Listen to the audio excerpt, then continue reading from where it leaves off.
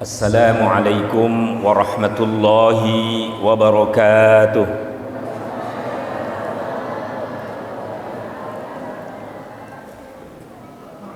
Alhamdulillahilladzi allafa baina qulubina fa asbahna bi ni'matihi ikhwana. Wassalatu wassalamu ala rasulihil mustafa Sayyidina Maulana wa Habibina Muhammadin wa ala alihi wa ashabihi wa atba'ihi ahli sidqi wal wafa. Amma ba'du. Allahumma subhanaka la ilma lana illa ma 'allamtana innaka antal alimul hakim. Rabbi shrah li sadri wa yassir li amri wahlul 'uqdatam min lisani yafqahu qawli. Rabbi zidni ilma warzuqni fahma. Amin ya arhamar rahimin. Ashabal fadilah, samahah masyayikhana al-'izza, wa nakhussu bi dzikri samahatu Syekh Khalil Ibrahim Al-Ubaidi hafizahullah, samahatu Syekh Abdullah bin Mahmud Al-Fikri hafizahullah ta'ala, ashabal fadilah al-asatid wal ustadzat, wa ala ru'usihim al-ustadz al-haj Muhammad Sirajuddin al-Hafidh, al-ustadz Fathur Rahman, wa jami' al-asatid wal ustadzah hafizahumullah jami'an, wa kadzalika Rais Komite Madrasah Al-Ustadz Al-Haj Muhammad Sirajuddin MPD, dan tentu yang kami muliakan seluruh wali santri, baik santri banin maupun santri banat, bapak-bapak, ibu-ibu semua yang telah berkenan hadir di majelis ilmu dan majelis zikir, majelis silaturahim kita ini. Kami doakan semuanya semoga senantiasa mendapatkan rahmah dan keberkahan dari Allah Ta'ala. InsyaAllah yang hadir di majlis mubarak ini, Allah panjangkan umurnya dalam sehat walafiat, Allah panjangkan umur dalam ketaatan, dan insyaallah yang berkumpul di masjid Allah, Masjid Al-Buruj ini, kelak dikumpulkan juga oleh Allah di surganya dengan segala kenikmatan dan anugerah Allah Subhanahu wa taala. Amin. Amin ya rabbal alamin. Mohon aminnya yang ikhlas ini. Amin. Amin ya rabbal alamin. Hadirin jamaah sekalian, tentu banatina abna'ana al-'izza, santri banin banat, mohon sementara waktu insyaallah sekitar 30 menit ke depan kita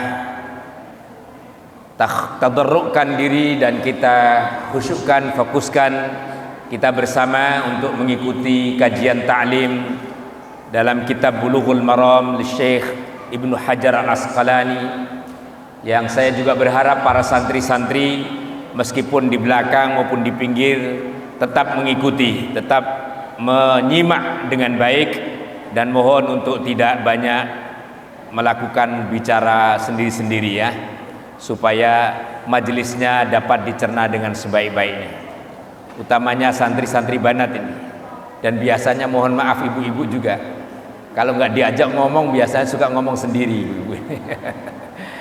Ini mohon, kalau bapak-bapak ini memang insya Allah sepertinya ya lebih tertib, jangan-jangan sepertinya khusyuk pikirannya di luar. Nah, ini yang makanya kita ajak semuanya insya Allah fokus. Hadirin jamaah sekalian, saya mohon izin sebelum menyampaikan kajian, menyampaikan dua maklumat saja supaya sekaligus menjadi update dari perkembangan kegiatan dan prestasi akademik, prestasi keilmuan yang diraih oleh putra-putri kita di pesantren Tahfidz Al-Kaukab ini. Yang pertama, tentu saya ingin menegaskan apa yang tadi juga sudah disampaikan oleh Ketua Komite Al-Ustadz Khairuddin Mohon kita selalu ingat bahwa kajian kita bulanan sekaligus menjadi media kunjungan para wali santri ini memang kita tetapkan di setiap pekan pertama pada setiap bulan, kecuali kalau ada kegiatan yang memang menyertai, lalu ada perubahan dan pasti kita akan umumkan. Tapi jadwal pastinya adalah pekan pertama setiap bulan. Karena itu saya ingin menegaskan kepada hadirin dan jamaah sekalian supaya ini dimanfaatkan semaksimal mungkin. Kajian kita ini dari, oleh, dan untuk kita semua. Ini belum sudah mulai batuk ini. Saya mohon izin minum dulu, boleh Bapak Ibu sekalian? Saya minum, Bapak Ibu silahkan minum. Saya khawatir nggak sempat minum saking seriusnya.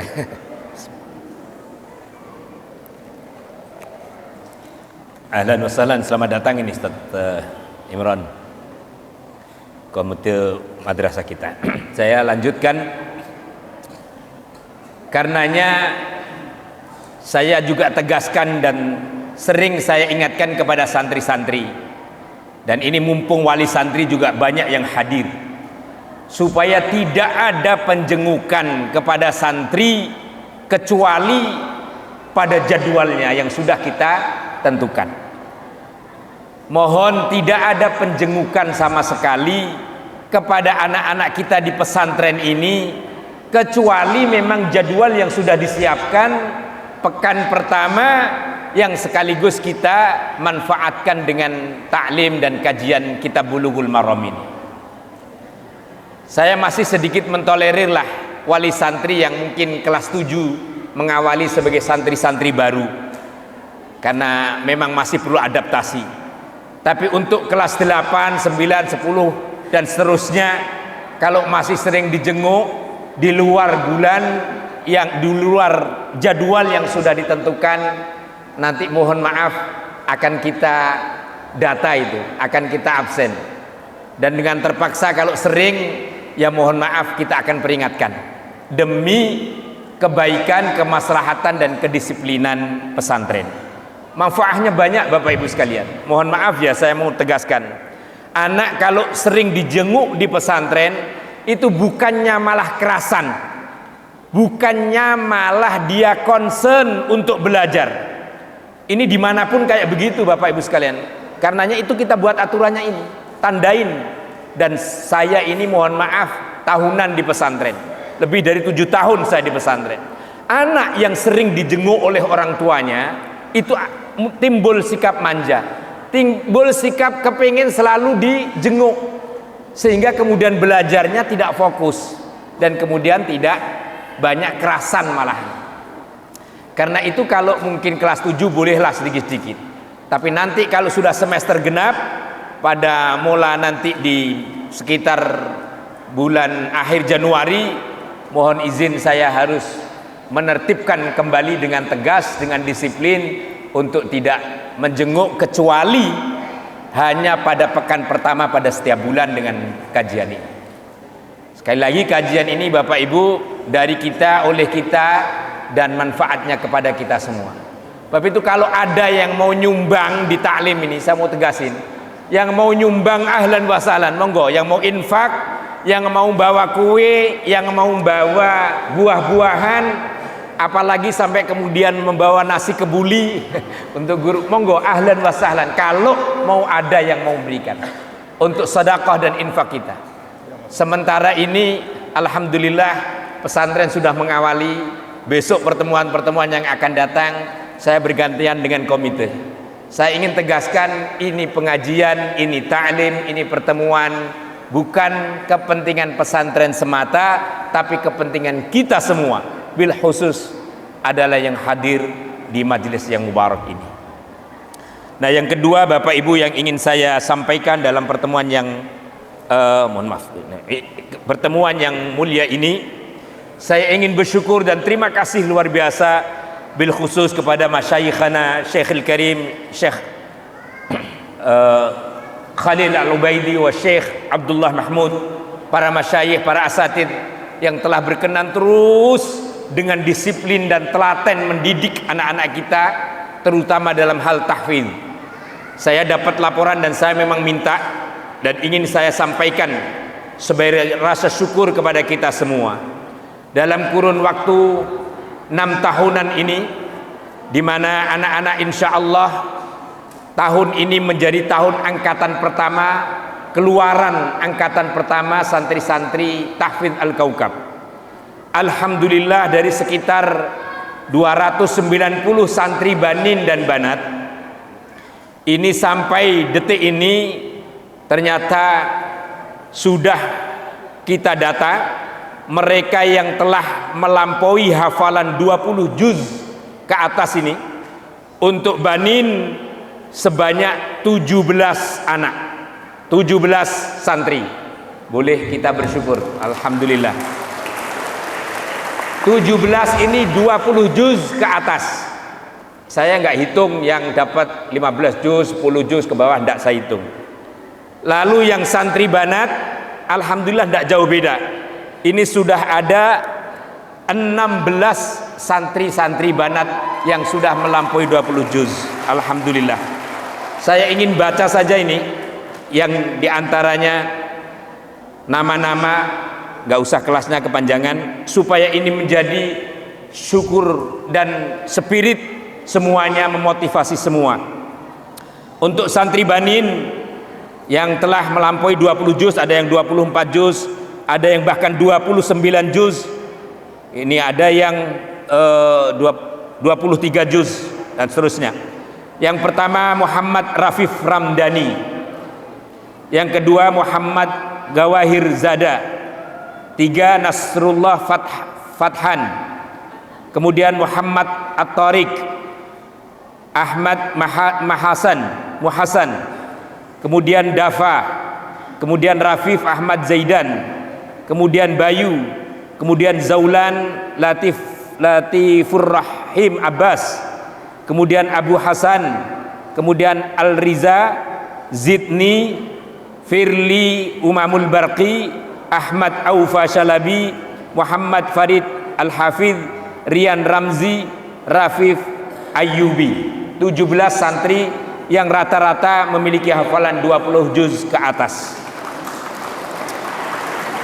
Alhamdulillah. Yang menarik ada nama Muhammad Farid Al-Hafidh. Jadi ini meskipun besok nggak selesai hafalan Qur'annya, tetap saja Al-Hafidh ini. Al-Hafidh ini sudah predikat yang hafal sebenarnya, tapi karena namanya Al-Hafidh sama dengan nama sabar, mau marah kayak apun ya namanya sabar. Tapi kalau ada nama sabar kok marah-marah, itu diganti aja namanya nama muring-muringan gitu. Ini yang banat saya ingin menyebutnya dan semoga nanti yang lain-lain bisa menyusul. Yang banat pertama Khardania Suhaila, alhamdulillah ini santri telah khatam dan mengawali khatam pertama kali di pesantren. Jadi sudah juz 30. Khardania Suhaila. Kemudian yang kedua Alia Rahma Hawari, ini sudah 28 juz, tinggal 2 juz saja. Ada Najwa Khalifah, ini sudah bahkan 29 juz lebih, jadi tinggal detik-detik hafalan Quran, menghatamkan saja. Ada Yunisa Alfania, kemudian ada Melani Putri, Safa Sabila Nur Salihah, Hamidah A'la Zama, Nur Anisaul Ma'sumah, Cecilia Putri, Rahelia Nur Azizah, Arci Anasta Nur, Naila Alifah Putri, Safwatun Nida, Ulfa Nurul Hikmah, Sheryl Apriliani, dan yang ke-16 Ahla Ghurratun Nakiyah. Alhamdulillah. Boleh tepuk tangan untuk santri-santri banat sekali lagi, rasa syukur kita semuanya. Amin ya rabbal alamin. Insyaallah. Nah, ini sudah terpampang ini hasilnya. Baik. Bapak Ibu hadirin para jamaah sekalian, kita sudah jam 11. Mohon selanjutnya saya ingin memberikan kajian kita dalam kesempatan yang baik ini. Pengantar kajian kita, insya Allah dalam kesempatan yang baik ini kita akan membaca satu hadis dalam kitab Bulughul Maram tentang sifatus salah, sifat atau tata cara salatnya baginda Rasulullah sallallahu alaihi wasallam. Dan insya Allah nanti saya akan praktekkan secara sekilas lah, meskipun nanti boleh Bapak Ibu ada tanya jawabnya. Alhamdulillah, dalam pertemuan-pertemuan yang telah kita lalui, kita sudah menyelesaikan satu bab besar, yaitu babut thaharah, bab tentang bersuci. Kita sudah mengenal tentang media bersuci, air dan seterusnya, bersuci dari najis dan bersuci dari hadas. Kemudian kita juga sudah sampaikan cara bersuci dari hadas, mulai dari cara berwudu sebagai penyuci hadas kecil.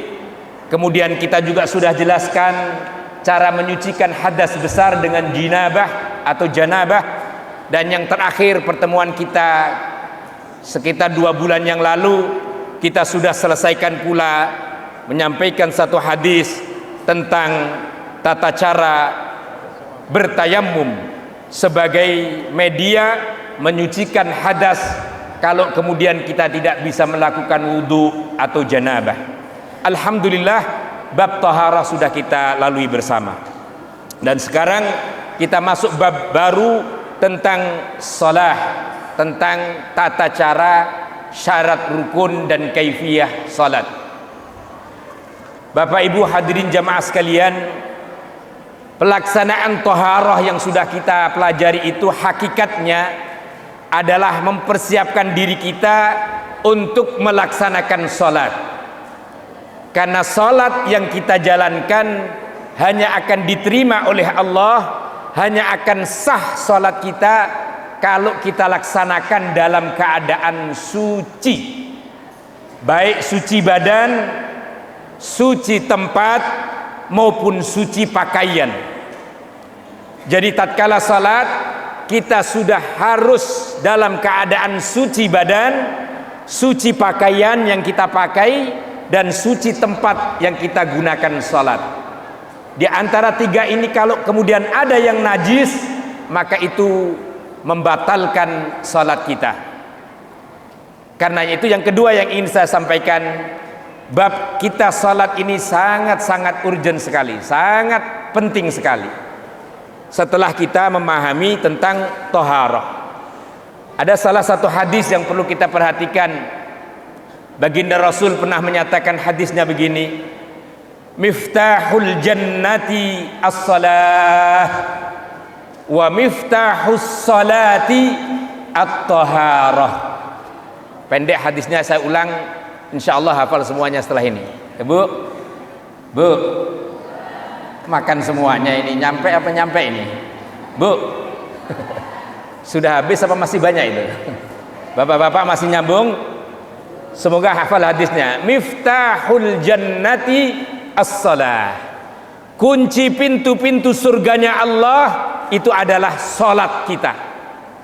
Jadi pintu itu semua tertutup, surganya Allah Ta'ala kelak, dan kunci membukanya adalah salat kita. Diteruskan dalam hadis ini, wa miftahus salati at-taharah.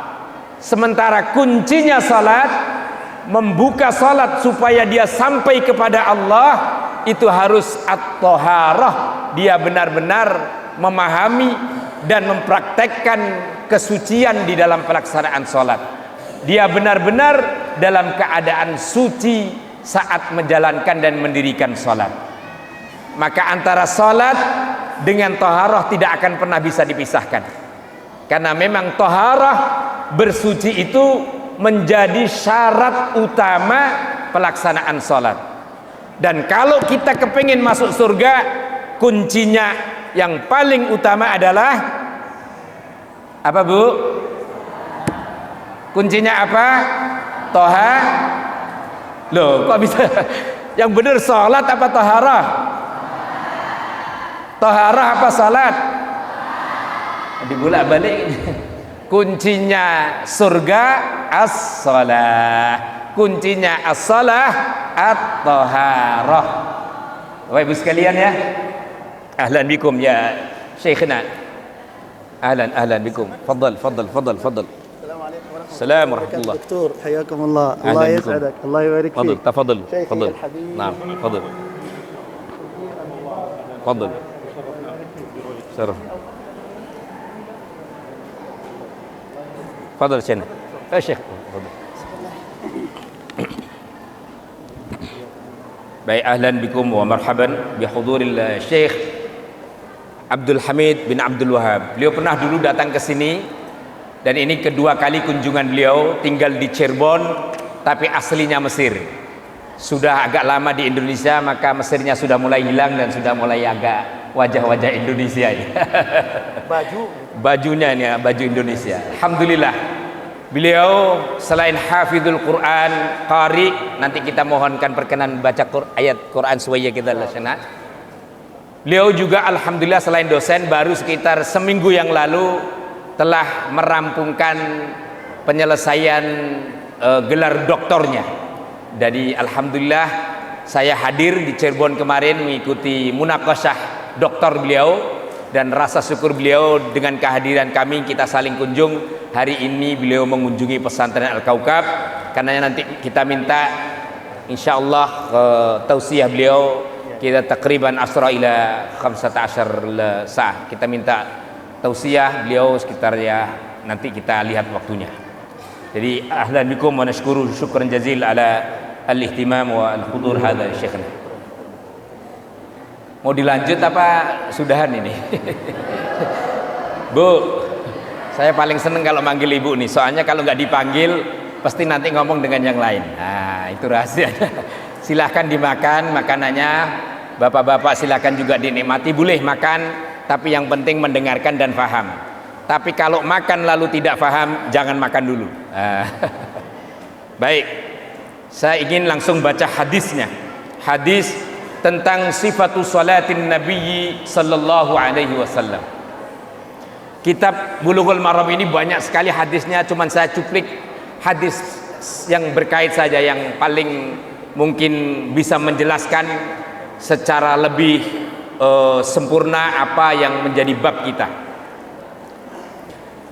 Bismillahirrahmanirrahim. Babu sifatis salati. Bab tentang sifat salat. Bimakna sifah salatin nabiyyi sallallahu alaihi wasallam, kaifiyah salatir rasuli sallallahu alaihi wasallam. Wa an Abi Humaid as-Sa'idi radhiyallahu ta'ala anhu qala ra'aitu Rasulullah sallallahu alaihi wasallam. Ini silakan Bapak Ibu boleh juga dibaca di layar ini supaya kalau nanti masih ada yang ingat. Alhamdulillah kita tampakkan atau kita tayangkan dalam layar supaya semuanya bisa membacanya. Ra'aitu Rasulullah sallallahu alaihi wasallam idza kabbara ja'ala yadayhi hadwa mankibaihi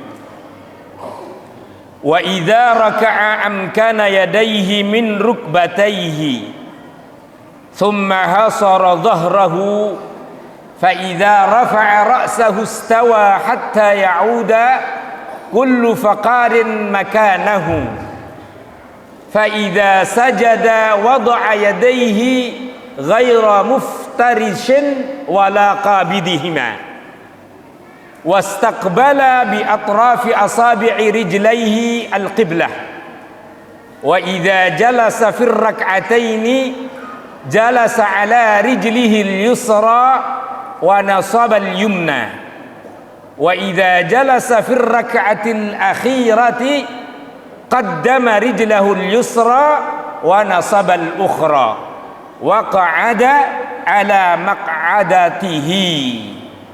akhrajahul Bukhari. Ini matan hadisnya. Saya alhamdulillah bersyukur banyak masyayikh di sini, ada Syekh Khalil, Syekh Abdul Hamid, Syekh Abdullah, beliau orang-orang ulama, alim, saya tahu alim. Karena itu insyaallah nanti selain ada penjelasan dari saya, kalau ada kekurangan atau bahkan kesalahan boleh nanti diluruskan. In wajadtumul nuqsan wal akhta minni fa yani fadlu tusahhih lana anan la wallahi hatta yakun yani al bayan wal tawdih akthar gitu. Sekarang saya tadi mohon kalau saya agak salah atau kurang mohon diluruskan, dibenarkan, karena saya tahu beliau ini orang-orang ulama semuanya. Hanya kekurangannya beliau ini bahasa Indonesianya tidak sepandai saya, itu aja. Ketepatan beliau memang dulu lahirnya tidak di Indonesia, sehingga belajar bahasa Indonesianya harus dari saya, dan saya belajar bahasa Arabnya dari beliau. Karena saya juga heran, sejak kecilnya kok sudah pinter bahasa Arab teman-teman. Sejak dari kecil Syekh Khalil ini sudah ahli bahasa Arab. Bahkan konon katanya onta di Irak sana sudah pinter bahasa Arab. Ada sahih wala kalah. Baik Bapak Ibu sekalian, kita terjemahkan dalam bahasa Indonesia hadis kita ini. Hadis diriwayatkan dari sahabat Abi Humaid As-Sa'idi, salah satu sahabat Nabi yang cukup lumayan meriwayatkan hadis-hadisnya, dan beliau memang sering membersamai Rasulullah dalam banyak peristiwa, dalam banyak kegiatan, termasuk dalam beberapa peperangan. Karenanya itu termasuk min ashabi Rasulillahil Jalil, termasuk sahabat yang terkenal dan agung. Tentu sahabat-sahabat lain juga sahabat-sahabat yang agung semuanya radhiyallahu anhum ajma'in. Beliau menyatakan, ra'aitu, saya melihat langsung. Nah, ini namanya apa yang dilihat oleh sahabat dan kemudian diriwayatkan dari Rasulullah secara langsung, masuk bagian sunnah fi'liyah, sunnah yang langsung dipraktikkan oleh Rasul, dan itu kemudian menjadi syariat baginda Rasul yang harus diikuti oleh umat dan para pengikutnya. Beliau katakan, saya melihat langsung kepada Rasulullah sallallahu alaihi wasallam. Bayangkan Bapak Ibu sekalian, kita seakan kita juga mengikuti, melihat dan hadir baginda Rasul sebagaimana diriwayatkan oleh sahabat Abi Humaid As-Sa'idi. Beliau melihat saat beliau menjadi makmum dan mengikuti salatnya baginda Rasul. Apa yang beliau lihat dan diriwayatkan dari hadis ini? Idza kabbara, tatkala Rasul membuka salatnya dengan takbiratul ihram, maka kemudian ja'ala yadaihi, baginda Rasul menjadikan atau melakukan mengangkat kedua tangannya itu hazwa mankibaihi, sejajar dengan kedua pundak beliau. Jadi mohon maaf nih, riwayatnya ini kira-kira kalau dipraktekkan Bapak Ibu sekalian, dari belakang kelihatan enggak ini? Mohon maaf, saya ini harus praktekkan takbiratul ihram sebagaimana diriwayatkan hadis Bukhari yang sahih tentunya. Itu Rasul mengawali mengangkat kedua tangan dan membuka kedua tangannya dengan mensejajarkan tangan di pundak beliau. Ada memang riwayat lain dalam hadis yang sahih juga, beliau mengangkat kedua tangan sampai ujung dari kedua telinganya. Jadi boleh begini, boleh begini. Jangan heran kalau ada orang begini, sementara kita sering memakai begini. Kok ini ada aliran lain ini? Masa sholatnya begini? Tidak ada hadisnya. Karena itu jangan jadi orang kagetan, apalagi suka nyalahin kalau ngajinya baru 2-3 hadis. Kalau ngajinya baru 2-3 ayat. Banyak ilmu, banyak ngaji, insya Allah kita itu jembar dadanya. Kalau ada hal-hal yang berbeda, kita tahu di mana perbedaan itu. Maka ada riwayat begini, ada pula riwayat begini. Yang tidak ada riwayatnya dan kadang kita saksikan, mohon maaf tidak boleh sama sekali, itu ada begini. Nah, ada yang pakai begini. Lalu diangkatnya tinggi begini. Mohon maaf, ada, saya pernah lihat. Diangkat jatuh, Allah, kayak kita mau terbang apa begini. Tidak ada riwayatnya begini. Sudah begini pakai diputer lagi nih tangannya ya. Ada enggak Bapak Ibu? Kalau ada, stop sampai di situ. Karena tidak ada dasarnya itu, tidak ada dasarnya. Itu pakai menggaya. Mohon maaf sudah begitu, ada lagi yang model begini. Allahu Akbar. Lihat ditaruh di begini. Tidak ada cerita. Kok aneh-aneh begini. Nanti ada hadisnya. Bagaimana yang tepat mengawali ini? Mengangkat dengan kedua pundak atau di telinga kita. Lalu kemudian nanti hadisnya, tapi ini di sini tidak ada, saya teruskan. Meletakkan kedua tangan, anak-anakku sekalian, tolong ini dilihat juga Bapak Ibu. Saya menerangkan cukup sekali, dan ini tolong jadikan pedoman untuk kemudian ini dasar hadisnya sudah kita baca.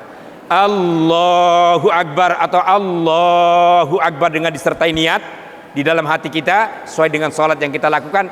Lalu letakkan tangan kiri mengawali di bawah dan kemudian tangan kanan di atas, ala sadrihi, di dada kita, antara pusar dan dada. Jangan terlalu ke bawah, tidak pula terlalu ke atas. Ini yang bagus. Meskipun kalau ke atas sedikit ya tidak apa-apalah. Tapi baginda Rasul itu di sadrihi, sadr bermakna di atas pusar ini aja. Jangan pakai neko-neko lah kalau sholat itu. Neko-neko itu maksudnya buat sendiri-sendiri. Allahu Akbar. Lah ini mau pipis sama Muhammad. Ada juga yang begini gayanya, Allahu Akbar, ditaruh di bawahnya leher. Tidak ada riwayatnya. Kayak begini tidak ada riwayatnya. Yang ada sedikit di dada atau sedikit turun di atas pusar sini bisa. Dan tangannya kiri di bawah, tangan kanan di atas. Mohon maaf, ini ikuti pandangan dan madhab jumhur. Tidak usah pakai yang aneh-aneh. Allahu Akbar, ya, nggak usah pakai ada yang begini atau kirinya nggak ada. Samping kemudian tangan kita ada di pergelangan kiri, ya Bapak Ibu sekalian. Pas sudah begini saja, nggak usah terlalu begini, nggak usah begini. Itu yang termasuk aneh-aneh. Ya, nggak usah yang aneh-aneh, apalagi begini-begini itu nggak usah. Saya mohon maaf dulu punya teman karena punya penyakit was-was, ini jadi ngajinya agak panjang dikit. Kalau takbir kayak orang mau nyemes bola voli saja. Nah, ini penyakit was-was nggak boleh dipelihara, nggak boleh. Masa setiap takbir Allahu Akbar. Akhirnya mohon maaf dikerjain anak santri, dikasih bola begitu. Ini bener ada kejadian. Namanya anak santri itu lucu-lucu kan, tapi dilalah dari situ kemudian alhamdulillah kemudian rada sembuh sakitnya. Ini mohon maaf ada candana sedikit supaya ibu bapak biar nggak ngantuk, tapi ada kejadian penyakit was-was. Intinya jangan sampai dipelihara. Takbir apa yang ada sebagaimana contoh baginda Rasulullah Shallallahu Alaihi Wasallam. Saya lanjut. Wa idza raka'a amkana yadayhi min rukbatayhi. Dan tatkala Nabi Sallallahu Alaihi Wasallam melaksanakan ruku', amkana yadayhi, maka beliau kemudian meletakkan dan menekankan. Amkana itu meletakkan sambil agak ditekan. Yadayhi, kedua tangannya, min rukbatayhi, di kedua lutut beliau. Summa hasara dhahrahu. Summa hasara bimakna sawahu, istawa. Kemudian Nabi meluruskan istiwa bimakna lurus dhahrahu, punggung beliau. Ini nanti sedapatnya lah hadisnya. Tidak sampai selesai, kita lanjutkan pada pertemuan berikutnya. Saya terangkan ini. Yang kedua, rukun fi'liyahnya salat kita setelah qiyam, setelah takbiratul ihram dan berdiri, maka kemudian ruku' sebagai rukun fi'liyah. Bapak Ibu mohon maaf mengingatkan, rukun salat itu selain qauliyah, ucapan, bacaan, ada rukun fi'liyah yang dalam bentuk perbuatan. Nah, ini kita belajar dulu rukun perbuatannya, baru nanti rukun qauliyahnya, apa sih bacaan-bacaannya. Ini fi'liyahnya dulu. Saya ingin terangkan idza raka'a. Ini hadisnya begini Bapak Ibu sekalian. Ini hadis sahih. Sekali lagi jangan lagi tanya-tanya, ini hadis sahih enggak? Sok keminter kadang-kadang orang. Lagi tadi tuh mohon maaf. Kehadisan itu apa namanya kehadisan itu? Padahal ngajinya juga ini harus diingatkan. Wa idza raka'a.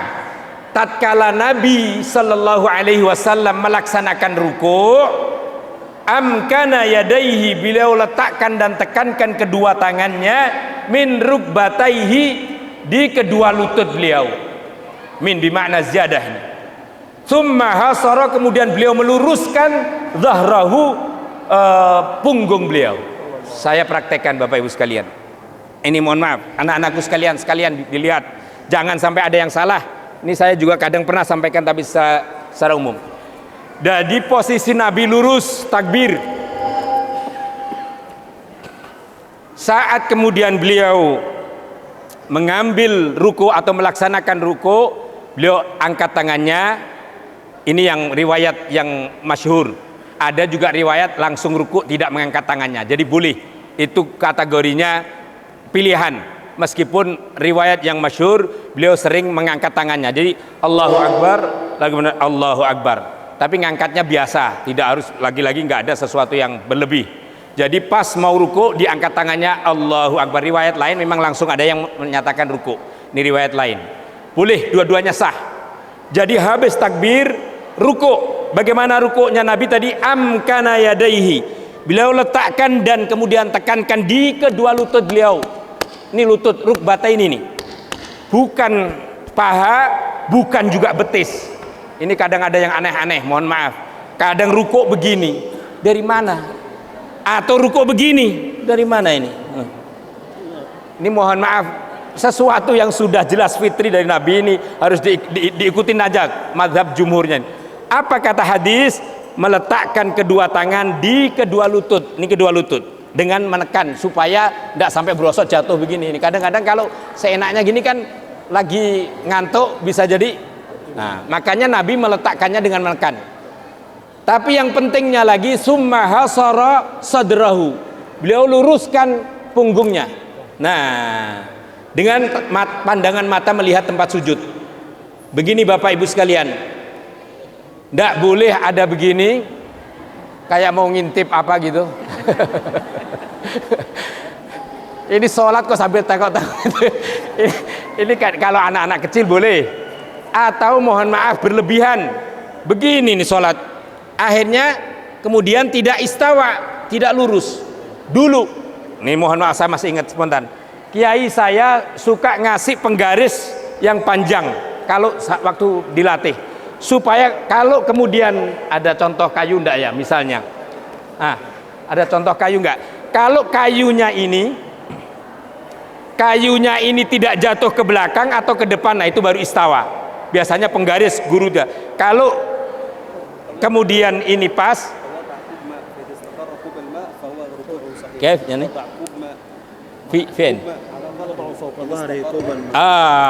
hadza huwa. Ini alhamdulillah kita dapat ilmu ini. Dulu guru saya begini caranya. Mohon maaf Ustaz Faskur boleh supaya enggak saya lurus. Ini ditaruh begini. Ini kanan agak licin ini. Ini benar nih. Kalau salah dia pasti jatuh begini atau begini. Kata ilmu syekh ini tadi, dikasih gelas air. Ini gelas tapi ini bukan botol, gelas. Taruh begini. Kalau gelasnya itu tidak jatuh atau airnya tidak numpah, ya kalau air gelasnya nggak jatuh ya nggak numpah. Tapi kalau ini baru benar. Tapi kalau ada goyang ke sini atau ke sini, ini berarti rukuknya tidak sah. Rukuknya tidak pas. Rukuknya tidak pas. Dan inilah yang syukran Ustaz Tahur, jangan diterusin terus. Makasih.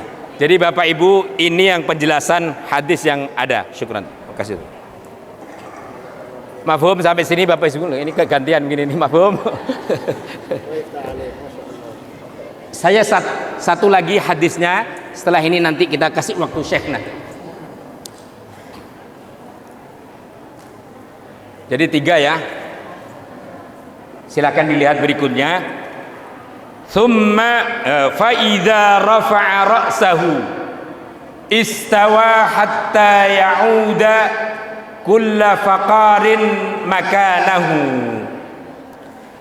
Fa idza rafa'a, maka tatkala Nabi mengangkat ra'sahu, kepala mulia beliau dari rukuk dan kemudian mengangkat kepala beliau, istawa, kemudian beliau menegakkan badan beliau kembali, hatta ya'uda, sehingga kembali kullu faqarin, setiap apa faqar itu?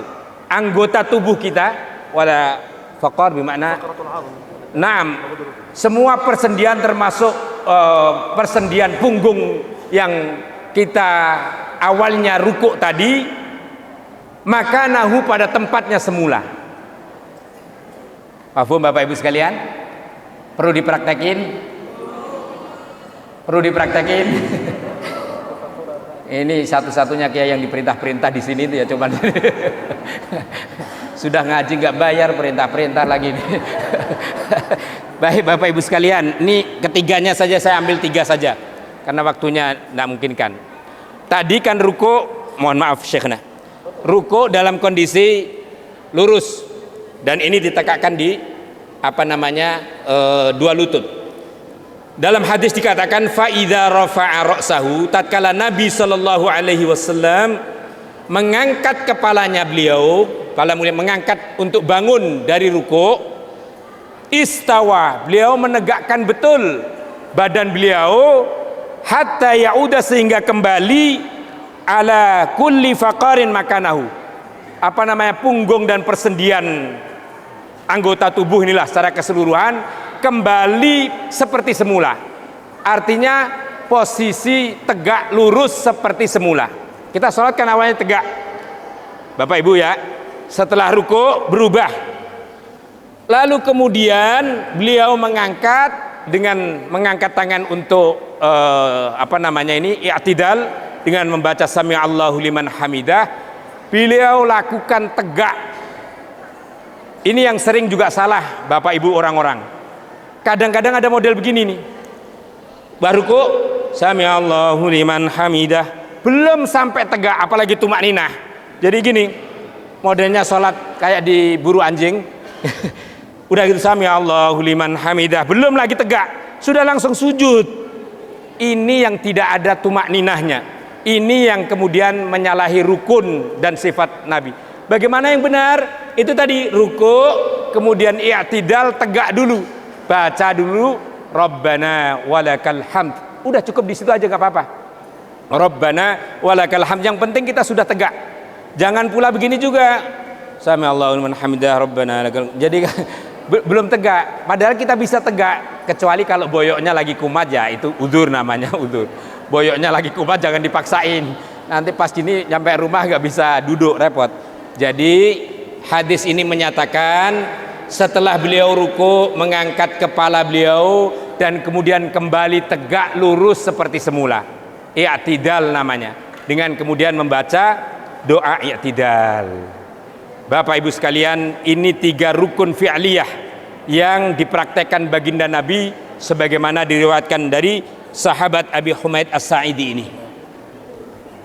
Taib, saya kira 3 hal itu. Masih ada separuh hadis, kita lanjutkan pada pertemuan yang akan datang, dan semoga Allah berikan kesempatan dan usia yang panjang untuk kita semuanya dalam sehat walafiat. Sebelum saya menutup, kalau ada pertanyaan boleh mewakili 1 dari bapak-bapak dan 1 dari ibu-ibu. Kalau ada pertanyaan silakan, atau 2 masing-masing juga boleh, tapi singkat-singkat saja.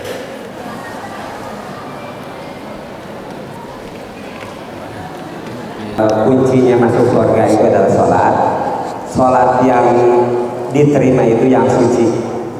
Kita selalu ada di perjalanan, baju kita kotor, tidak suci, sedangkan kita ingin menghadap Allah itu bersuci, karena waktu sholat itu harus suci. Bagaimana itu kalau di perjalanan?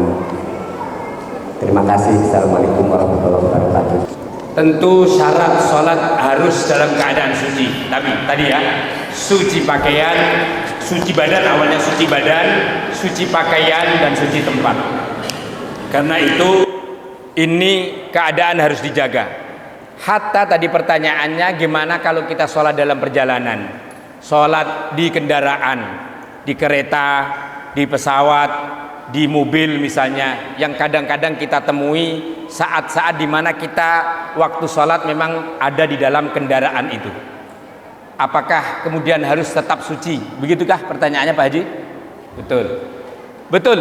Dimanapun sholat kita, ya, baik dalam perjalanan maupun saat kita berada di tempat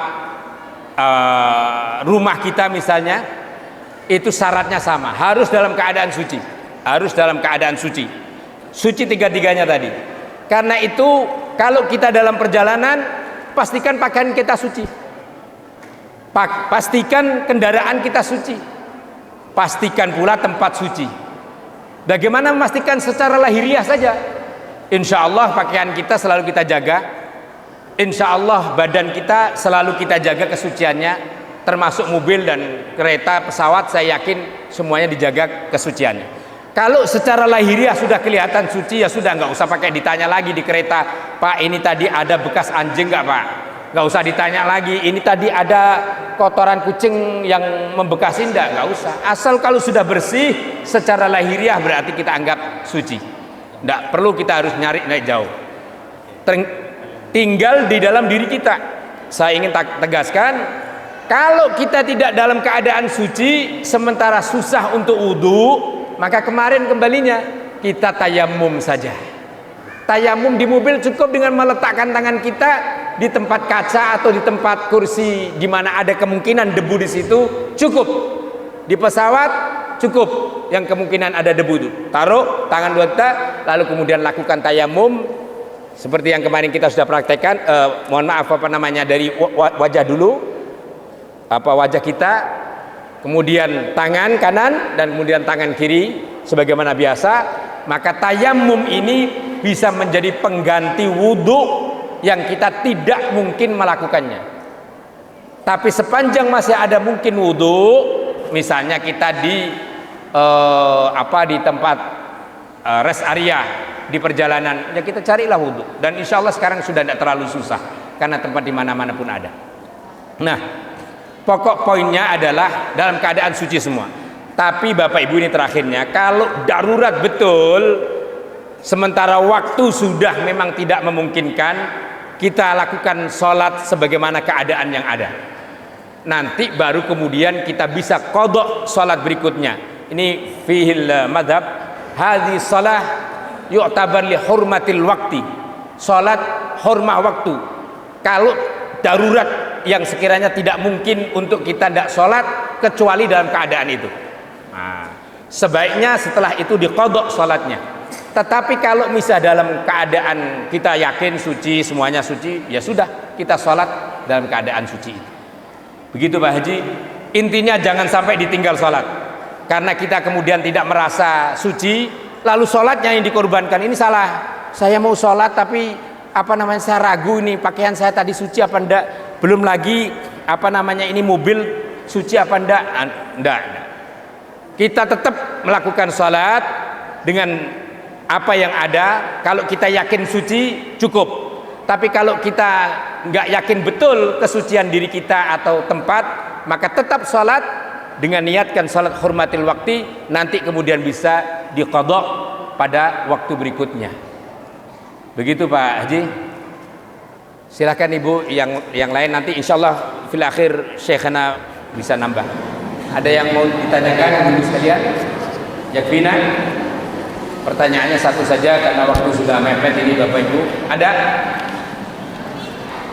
Baik, saya kira kita cukupkan untuk pertanyaan kali ini, dan saya mohon waktu memberikan tausiah di majlisina al-mutawadhi hadhihi di fadilatul Syekh Abdul Hamid linu'ti kalimat tazwidan lana wa khasah tashji'an li tullabina wa talibatina wa taqriban al-waqt 10 daqiqah kita. Tafadhalu ya Syekh. Ya ikhwani al-aba wal ummahat, نحن يجب أن نربي في أولادنا 3 جوانب. الجانب الأول جانب القلب، يجب أن نعظم في شأن قلب ابننا من شأن الله سبحانه وتعالى. يجب علينا أن نركز على إعداد القلب، يجب علينا أن نركز على إصلاح القلب، لأن الابن والبنت إذا صلح قلبه صلحت كل أشيائه واستقام. إذا استقام سيكون إنسان صالح، بعد ذلك يهون كل شيء إن شاء الله. Kata beliau, jadi paling tidak kita harus bisa menjaga hati dan berkonsentrasi untuk menjaga hati kita. Karena kalau hati kita baik, insya Allah semua akan menjadi baik. Makanya pentingnya menjaga hati kita supaya tidak terkotori dengan hal-hal yang buruk. وأنا أشهد أني ما رأيت من هذا الرجل إلا الحرص على إصلاح القلب والحرص على تغذية القلب. وانظروا إلى سيدنا إبراهيم عليه السلام، رغم أن أباه كان كافرا، لكن لأنه ابن قلبه سليم يتكلم مع أبيه حتى باللفظ الدقيق. واذكر في الكتاب إبراهيم إنه كان صديقا نبيا إذ قال لأبيه يا أبتي. كم مرة يا أبتي؟ المفسرين قالوا إن إبراهيم استخدم مع أبيه كل أدوات الأدب حتى في اللفظ، حتى لما تكلم معه في لفظ العذاب قال يا أبتي إني أخاف أن يمسك عذاب. يمسك. الآن نحن عندنا أبناء يمكن أن يعق أبيه لدرجة أن يهدد أباه بالنار، لكن هذا إبراهيم عليه السلام يقول يمسك. عذاب من الذي يعذب من؟ شديد العقاب، ليس الرحمن، لكن إبراهيم قال الرحمن. والألوسي في التفسير يقول إن إبراهيم كان قمة الأدب مع أبيه، إنه لوح بالنار باسم الله الرحيم، إني أخاف أن يمسك عذاب من الرحمن. الألوسي يقول كيف يقول من الرحمن هنا؟ المفروض يقول شديد العقاب. لا، أدب إبراهيم مع أبيه اقتضى أن يكون في أقصى الدرجات، فيستخدم لفظ الرحمة حتى لا يفزع قلب أبيه. Itu kata beliau. Jadi karena apa? Karena menjaga hati yang lembut dengan ucapan yang baik, seperti Nabi Ibrahim yang menasihati bapaknya, disampaikan ya abati inni akhafu ay yamassaka 'adzabun minar rahman. Yang disampaikan bagaimana kalimat yang diucapkan oleh Nabi Ibrahim ini ada kalimat yang bagaimana ucapan itu tidak mencitrai hatinya. Ya tamassaka, wahai ayahku, itu terulang-ulang di Al-Quran. Ya abati la ta'budi syaitan, wahai bapakku, janganlah menyembah teman-teman syaitan, menyembah syaitan. Itu sering kalimat ya abadi itu banyak diulang. Tapi kalimat dalam tafsir ini disampaikan kalimat yang bagaimana kalimat itu nasihat yang menyentuh hatinya. Ya masa jangan sampai ayahku engkau tersentuh, bukan engkau terpukul karena azab oleh Allah dengan kalimat yang menakut-nakuti, tapi kalimat jangan sampai ayahku engkau tersentuh azab dari api neraka. يا ربي أسألك في هذه الساعة المباركة أن تصلح وأن تبارك أهل الكوكب، وأن تصلح يا ربي وأن تبارك أولادنا وبناتنا، وأن تبارك جهود أخي الحبيب الأستاذ الدكتور خير الهدى، وأن تبارك جهود إخواني الكرام المعلمين والمعلمات، وأن تنفع يا رب مستقبل إندونيسيا بهؤلاء الطلاب والطالبات. ونلقاكم إن شاء الله في وقت قريب، في وقت أوسع بإذن الله رب العالمين. بعد صلاح القلب، تربية القلب، ثم تربية العقل. تربية العقل هذه يلزمها أن يقرأ علوم الدين، ولن يستطيع أن يفهم علوم الدين بدون اللغة العربية. اللغة العربية يا سادة مهمة في فهم علم الدين. أما الأمر الثالث بسيط، هذا تربية الجسم. الأم حريصة أن تبني الجسم فتطعم الولد مما لذ وطاب، لكن قليل الأمهات الحريصات على بناء القلب. أسأل الله أن يوفقكم وأن يحفظكم وأن يبارك لنا ولكم في الذرية وأن يجعل من ذرياتنا أئمة ومتقين وسادة إن شاء الله رب العالمين. وآخر دعوانا أن الحمد لله رب العالمين والسلام عليكم ورحمة الله وبركاته. إن شاء الله نتكلم لاحقا في المساء لا بأس مع الطلاب إن شاء الله. Alhamdulillah.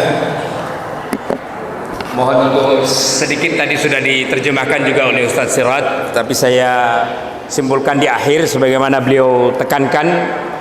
Jadi dalam setiap pendidikan Islam itu ada 3 unsur yang harus diperhatikan dan terus dilakukan upaya pendidikannya secara maksimal. Dan insya Allah saya yakin, kata beliau, pesantren Al-Kaukab juga melakukan itu. Pertama adalah pendidikan hati. Jadi hati harus benar-benar dididik, dibersihkan, disucikan.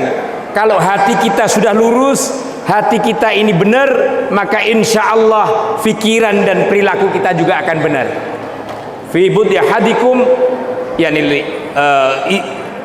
sadaq la ilaha illallah. Fi idza saluhat sairu jasadi wa idza fasad ala inna fil jasadi mudghah. Hadis Nabi menyatakan ada di dalam tubuh kita satu organ yang kalau dia lurus betul maka akan lurus dan betul semuanya.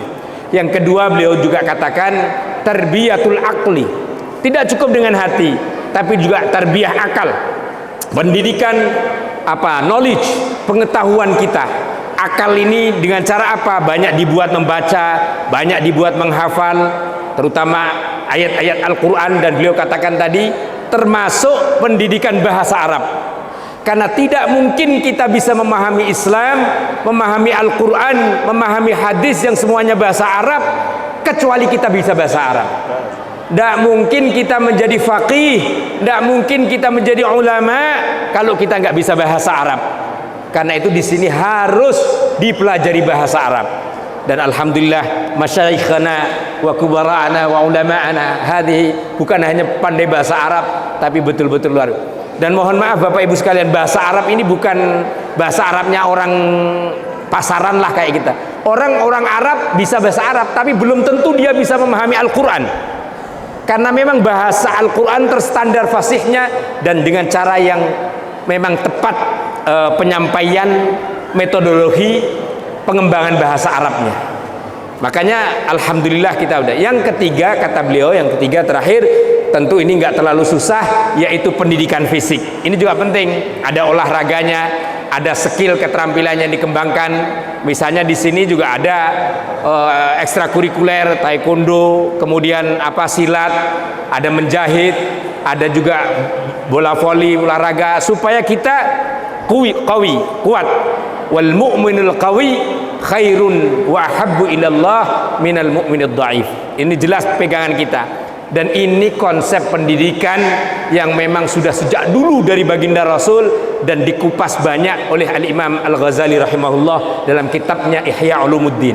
Beliau memang membagi 3 ini, dan saya pernah baca kitabnya dan persis apa yang beliau sampaikan tadi, yaitu tarbiyatul aql, tarbiyatul qalbi, wa tarbiyatul jasad. Dan ini pula mohon maaf Bapak Ibu sekalian, tanpa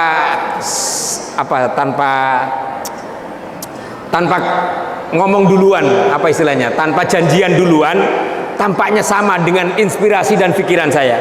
Dari kitab Ihya Ulumuddin inilah yang kemudian memunculkan moto Al-Kaukab ini, yaitu membentuk generasi Qur'ani. Qur'ani itu artinya hafal Qur'an saya maunya. Yang benar itu hatinya. Yang pintar itu akalnya. Yang unggul itu fisiknya. Persis, benar, pintar dan unggul, qalban, fikran, wa jasadan. Itulah konsep pendidikan Islam yang diajarkan kepada kita semua. Fahimtum jami'an? Semuanya ngowoh semua. Ngowoh itu apa ya? Ya ngowoh.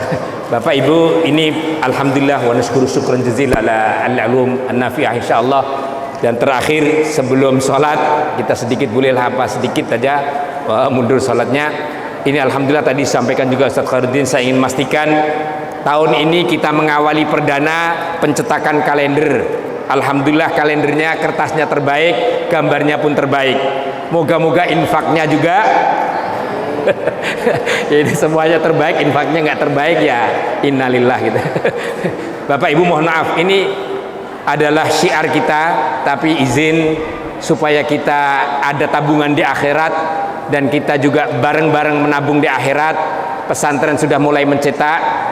Ini satu kalender infaknya 50.000. Saya tidak menjual, tapi Bapak Ibu nginfak untuk bantu pembangunan pesantren 50.000 satu kalender. Bagi yang mampu dan bagi yang mau. Yang tidak mau yaitu tadi inna lillah. Mohon maaf satu kalender. Nanti boleh habis zuhur disampaikan. Ini takwimnya sama dengan Kementerian Agama. Lalu kita juga jelaskan semua profil pesantren, pengasuh dan seterusnya ada lengkap di sini. Nah Bapak Ibu izin, kalau misalnya ada yang mau membawa ke keluarganya atau mungkin mohon maaf tidak bawa fulus saat ini, boleh membawa 4 kalender. 4 kalender kalau laku dikasih hadiah 1 kalender. Paham Bapak? Jadi Bapak Ibu boleh membawa untuk keluarganya, untuk tetangganya 4 kalender minimalnya. Lebih alhamdulillah. Sementara saya nyetak 1000 kalender ini. Kalau Bapak Ibu bisa membawa 4 kalender tanpa dikembalikan lagi, silahkan gratis 1 kalender. Bu ya. Tapi kalau kemudian 1 kalender mau diinfakkan lagi, ya alhamdulillah. Tapi kalau kemudian tidak diinfakkan untuk yang lain, silahkan. Artinya 4 kalender, bonusnya 1 kalender. Ya Pak Haji ya, mafhum ya. Kalau 8 kalender, bonusnya 2 kalender. Begitu perkalian seterusnya. Saya mohon maaf, ibu bapak yang kami hormati. Sejak dulu memang kepingin saya itu pembangunan pesantren ini kita lakukan bareng-bareng. Saya tegaskan tidak ada satupun donatur pesantren ini kecuali wali santri. Saya mohon maaf, bantuan ya seadanya, bukan donatur yang rutin. Karena itu kalau tidak ada partisipasi, sumbangsih, infak dan pembayaran syahriah yang rutin dari Bapak Ibu, maka operasional pondok ini bisa berhenti. Saya terus terang sampaikan, bisa berhenti. Kenapa? Karena guru-guru memang harus dibayar tiap bulan. Anak-anak kita harus dikasih makan tiap hari, harus dicuci bajunya tiap hari, harus diajar tiap hari. Kalau kemudian makan bisa ditunda 3 hari sih nggak apa-apa. Tapi setahu saya enggak, apalagi ditunda 3 hari. 1 hari puasa saja udah berat. Karena itu mohon syahriah kita, Bapak Ibu juga memang sudah kewajibannya, Bapak Ibu asatid sudah melakukan, dan pembangunan pesantren secara fisik pun kami mohon perkenan partisipasi semua yang hadir, wali santri, untuk berkenan bersama-sama menginfakkan, memindahkan jariah hartanya dari dunia di akhirat kelak. Jangan dikira kalau ada banyak pejabat datang di sini itu lalu kemudian di sini banyak bantuan. Tidak Bapak Ibu, sesek ada kadang-kadang bantuannya, tapi juga ada yang memang hanya datang sebagai legalitas pesantren. Mohon maaf lillah saya katakan, kayak kemarin Bapak Wakil Menteri Agama hadir, alhamdulillah bukan siapa.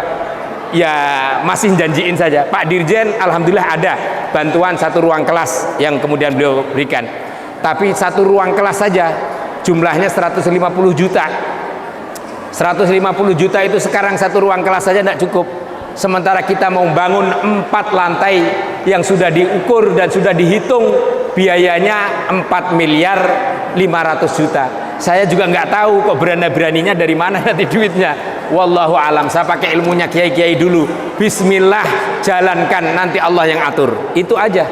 Nyatanya saya alhamdulillah tanah awalnya tidak punya uang, tanah pembebasan itu mohon izin saya sampaikan itu 650 juta Bapak Ibu sekalian, lebih dari setengah miliar samping BLK. Saya minta waktu 1 tahun, awalnya saya hanya punya uang 100 juta saja, saya berikan DP 100 juta.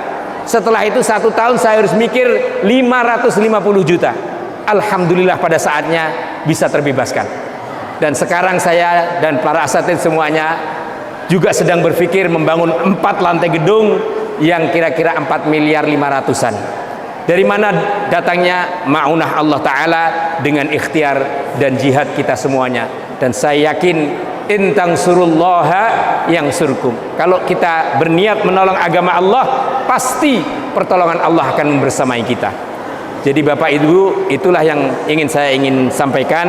Monggo nanti diatur musyrif-musyrifahnya, selain sebagai syiar Al-Kaukab, memang kita harapkan menjadi bantuan infak para wali santri untuk pembangunan pesantren Al-Kaukab kita ini. Demikian, wal afu minkum, wassalamualaikum warahmatullahi wabarakatuh.